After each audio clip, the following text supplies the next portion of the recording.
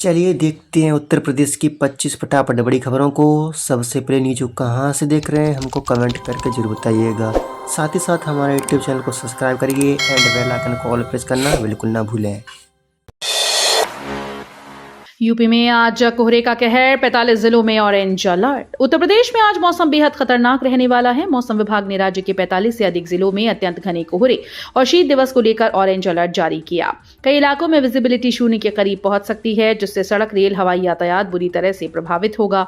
प्रयागराज, कानपुर, अयोध्या, लखनऊ, गोरखपुर, बहराइच और सीतापुर जैसे जिलों में दिन भर धूप नहीं निकलने की संभावना है। प्रशासन ने लोगों को अनावश्यक यात्रा से बचने और ठंड से बचने की सलाह दी है। यूपी के किसानों को बड़ी राहत। उत्तर प्रदेश के किसानों के लिए राहत भरी खबर है। राज्य की चीनी मिलों ने अब तक लगभग 34,000 करोड़ रुपए के गन्ने की खरीद की है। कृषि मंत्री सूर्य प्रताप शाही ने विधानसभा में बताया कि प्रदेश में खाद की कोई कमी नहीं है। 64 जिलों में पर्याप्त स्टॉक मौजूद है। वहीं बरेली में नेपियर घास उगाने पर 20,000 रुपए प्रति हेक्टेयर अनुदान दिया जाएगा। इसके साथ ही फिरोजाबाद में बागवानी, मशरूम और मधुमक्खी पालन जैसी योजनाओं पर किसानों को 40% तक सब्सिडी दी जाएगी। योगी सरकार का दावा। उत्तर प्रदेश की अर्थव्यवस्था ने नई ऊंचाइयों को छू लिया है। विधानसभा के शीतकालीन सत्र में मुख्यमंत्री योगी आदित्यनाथ ने कहा कि यूपी अब बीमारू राज्य नहीं है, बल्कि निवेशकों का ड्रीम डेस्टिनेशन बन चुका है। प्रदेश की जीएसडीपी 12.88 लाख करोड़ से बढ़कर करीब 36 लाख करोड़ रुपए हो गई और प्रति व्यक्ति आय 3 गुना बढ़ी। मुख्यमंत्री के मुताबिक 15 लाख करोड़ रुपए के निवेश से 60 लाख युवाओं को रोजगार मिला है, जबकि एमएसएमई सेक्टर 2 करोड़ परिवारों की आजीविका का सहारा बना रहा। युवाओं के लिए सुनहरा मौका। उत्तर प्रदेश में सरकारी नौकरी की तैयारी कर रहे युवाओं के लिए बड़ी खुशखबरी है। यूपी पुलिस भर्ती प्रोन्नति बोर्ड ने कंप्यूटर ऑपरेटर ग्रेड 1 के 1352 पदों पर भर्ती की अधिसूचना जारी कर दी। ये अफसर इंटरमीडिएट पास और कंप्यूटर से जुड़ी तकनीकी योग्यता रखने वाले उम्मीदवारों के लिए खास है। ऑनलाइन आवेदन की प्रक्रिया 16 दिसंबर 2025 से शुरू हो चुकी है और आवेदन की अंतिम तिथि 15 जनवरी 2026 तय की गई है। किराएदारों के लिए नया नियम।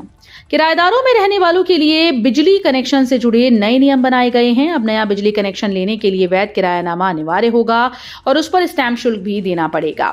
स्टैंप चोरी रोकने और किरायानामा के कानूनी रूप से वैध बनाने के लिए सरकार ने सख्ती बढ़ा दी। हाल ही में 10 लाख रुपए तक के औसत वार्षिक किराए वाले भवनों और प्रतिष्ठानों के लिए अधिकतम स्टैंप शुल्क और रजिस्ट्री फीस तय की गई है। पीलीभीत के बासमती को नई उड़ान, टैक्स बकाये पर सख्ती।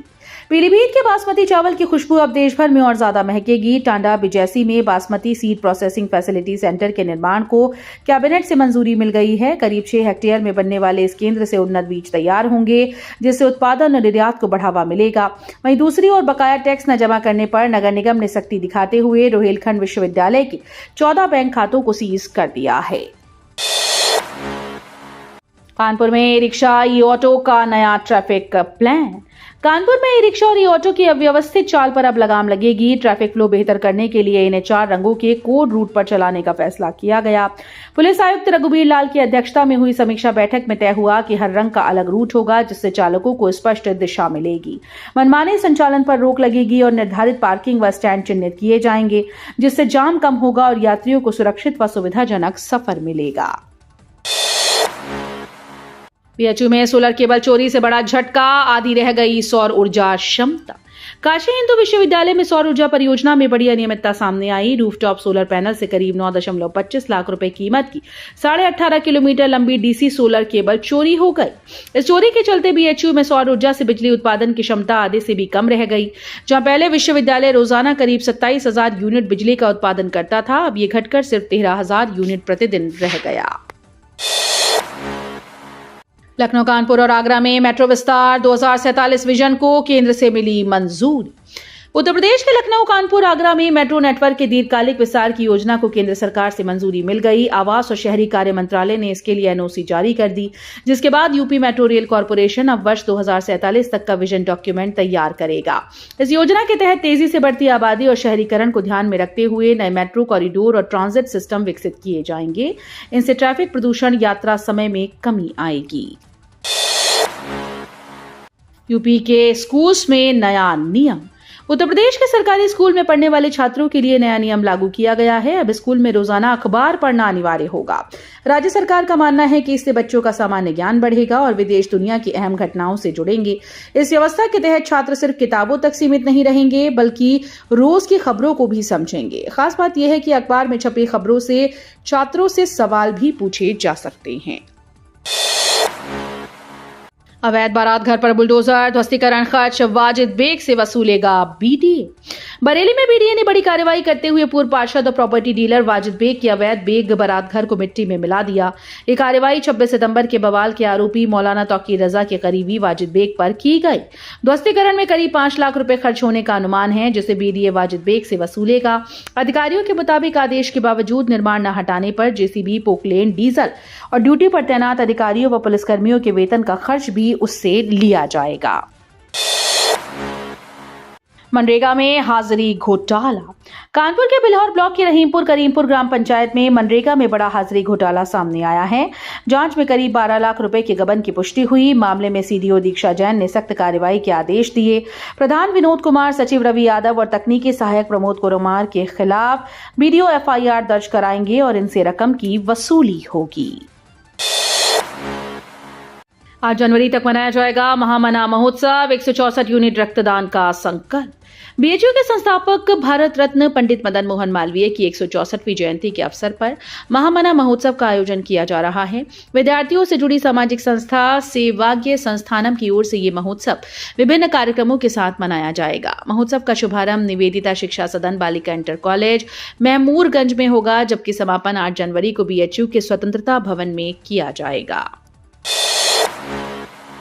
पूर्वांचल में मेडिकल स्टोर पर निरीक्षण की भारी कमी। आर्ट इंस्पेक्टर के जिम्मे 23,000 दुकानें। पूर्वांचल के 10 जिलों में 23,542 मेडिकल स्टोर और फार्मेसी हैं, लेकिन इनकी निगरानी के लिए केवल 8 ड्रग इंस्पेक्टर हैं।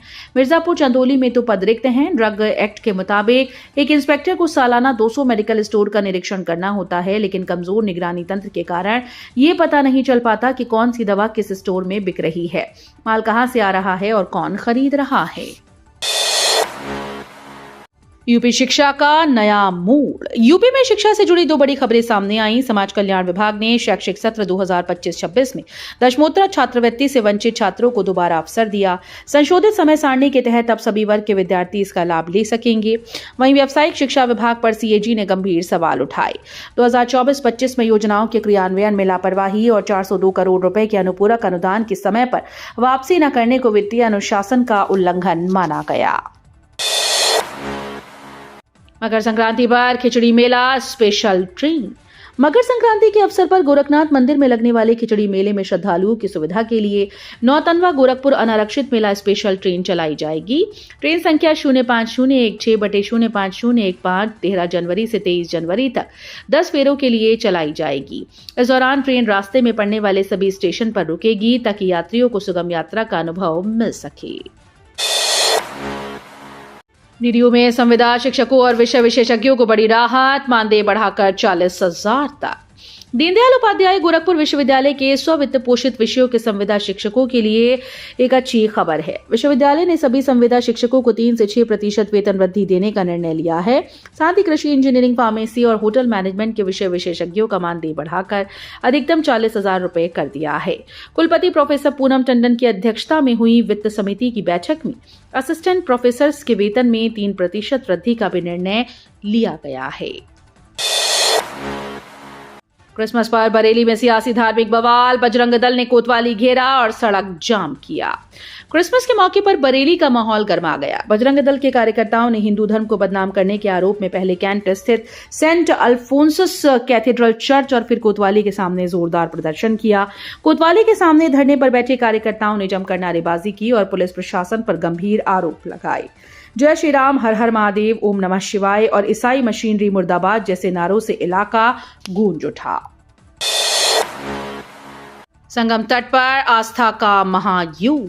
प्रयागराज में इस वर्ष भी संगम तट पर कल्पवास का महायोग आयोजित होगा। पौष शुक्ल एकादशी 30 दिसंबर से कल्पवासियों का मेला क्षेत्र में आगमन शुरू होगा। माघ मेले के दौरान गंगा यमुना के पावन संगम तट पर नियम, संयम और साधना के साथ 1 माह तक निवास करने की परंपरा को कल्पवास कहा जाता है। अनुमानित 20 से 25 लाख कल्पवासी 3 जनवरी से माघ पूर्णिमा 1 फरवरी तक अपने महायोग में लीन होंगे। यह आयोजन आस्था और साधना का अद्भुत अवसर प्रस्तुत करता है। काशी विश्वनाथ मंदिर में स्पर्श दर्शन पर रोक सुरक्षा कारणों से 3 जनवरी तक लागू। काशी विश्वनाथ मंदिर में बृहस्पतिवार से 3 जनवरी 2026 तक स्पर्श दर्शन पर रोक लगा दी गई। मंदिर न्यास ने श्रद्धालुओं की सुरक्षा को सुनिश्चित करने के लिए ये कदम उठाया। हालांकि प्रोटोकॉल और सुगम दर्शन जारी रहेगा। बुधवार को बाबा विश्वनाथ धाम में 2 लाख से अधिक श्रद्धालुओं ने दर्शन पूजन किया। मंदिर के नंदू फारिया मार्ग पर गेट के पास नया स्थायी चेकिंग प्वाइंट बनाया जा रहा है। भीड़ कम होने पर आगे का फैसला लिया जाएगा। पीएम मोदी बोले, भाजपा ने हर विचारधारा को दिया सम्मान, कांग्रेस सपा पर हमला। लखनऊ में राष्ट्र प्रेरणा स्थल के लोकार्पण के दौरान प्रधानमंत्री नरेंद्र मोदी ने विपक्ष पर तीखा हमला बोला। उन्होंने कहा कि 2014 से पहले भाजपा को अछूत समझा जाता था, लेकिन एनडीए सरकार ने हर विचारधारा के नेता को सम्मान दिया। पीएम मोदी ने अटल बिहारी वाजपेयी को सुशासन और डिजिटल पहचान का आधार रखने वाला नेता बताया। उन्होंने कहा कि धारा 370 हटाकर डॉक्टर श्यामा प्रसाद मुखर्जी का सपना साकार किया गया। पीएम ने एकात्म मानववाद और गरीबों को योजनाओं का लाभ मिलने को सच्चा सेकुलरिज्म बताया है। अटल जी को श्रद्धांजलि। बीएचयू में पुष्प प्रदर्शनी में चंद्रयान का आकर्षण। पूर्व प्रधानमंत्री और भारत रत्न अटल बिहारी वाजपेयी की 101वीं जयंती पर मुख्यमंत्री योगी आदित्यनाथ ने उनकी प्रतिमा पर पुष्प अर्पित कर श्रद्धांजलि दी। इस अवसर पर यूपी सरकार के कई मंत्री और सहयोगी भी मौजूद रहे। वहीं बीएचयू के संस्थापक महामना पंडित मदन मोहन मालवीय की जयंती पर 27 दिसंबर तक चलने वाली पुष्प प्रदर्शनी में इस बार फूलों का चंद्रयान दर्शकों को देखने को मिलेगा। नए साल में वाराणसी को मिलेगा पहला तारामंडल। लहरतारा में होगा निर्माण। वाराणसी में विज्ञान और भूगोल के छात्रों, शिक्षकों, शोधार्थियों के लिए बड़ी खुशखबरी है। लहरतारा के प्राथमिक विद्यालय दीते के पास आधा एकड़ जमीन पर पहला तारामंडल बनेगा। इसके लिए प्रशासन और शिक्षा विभाग ने जमीन चिन्हित कर शासन को प्रस्ताव भेज दिया है। जनवरी 2026 से इस प्रोजेक्ट पर काम शुरू होगा। तारामंडल में तारों, ग्रहों और अंतरिक्ष की घटनाओं को बड़े गुंबद पर प्रोजेक्शन के जरिए दिखाया जाएगा। उत्तर प्रदेश में ठंड के बीच स्कूल की छुट्टी। नर्सरी से 8वीं तक बंद रहेंगे विद्यालय। उत्तर प्रदेश में शीतलहर और कोहरे के बीच छोटे बच्चों के लिए स्कूल जाना मुश्किल हो गया। ऐसे में कई जिलों में डीएम के आदेश से स्कूल बंद किए गए। सीतापुर में जिला बेसिक शिक्षा अधिकारी ने जानकारी दी कि डीएम के निर्देश पर नर्सरी से 8वीं तक के स्कूल 26 दिसंबर को बंद रहेंगे। वहीं महाराजगंज जिले में 8वीं तक के स्कूल 26 और 27 दिसंबर को अवकाश घोषित किया गया है। उत्तर प्रदेश में 2158 पदों की महाभर्ती। दंत चिकित्सक से ड्रग इंस्पेक्टर तक। उत्तर प्रदेश में सरकारी नौकरी की तलाश कर रहे युवाओं के लिए बड़ी खुशखबरी है। उत्तर प्रदेश लोक सेवा आयोग ने चिकित्सा, पशुपालन, औषधि नियंत्रण और स्वास्थ्य शिक्षा से जुड़े कुल 2158 पदों पर सीधी भर्ती का ऐलान किया। इस भर्ती में दंत चिकित्सक, पशु चिकित्सा अधिकारी, ड्रग इंस्पेक्टर, आयुर्वेद, यूनानी और होम्योपैथिक चिकित्सा अधिकारियों जैसे प्रतिष्ठित पद शामिल हैं। वीडियो अच्छी लगी तो वीडियो को लाइक एंड चैनल को सब्सक्राइब कर बेल आइकन कॉल पर जरूर कर लीजिएगा।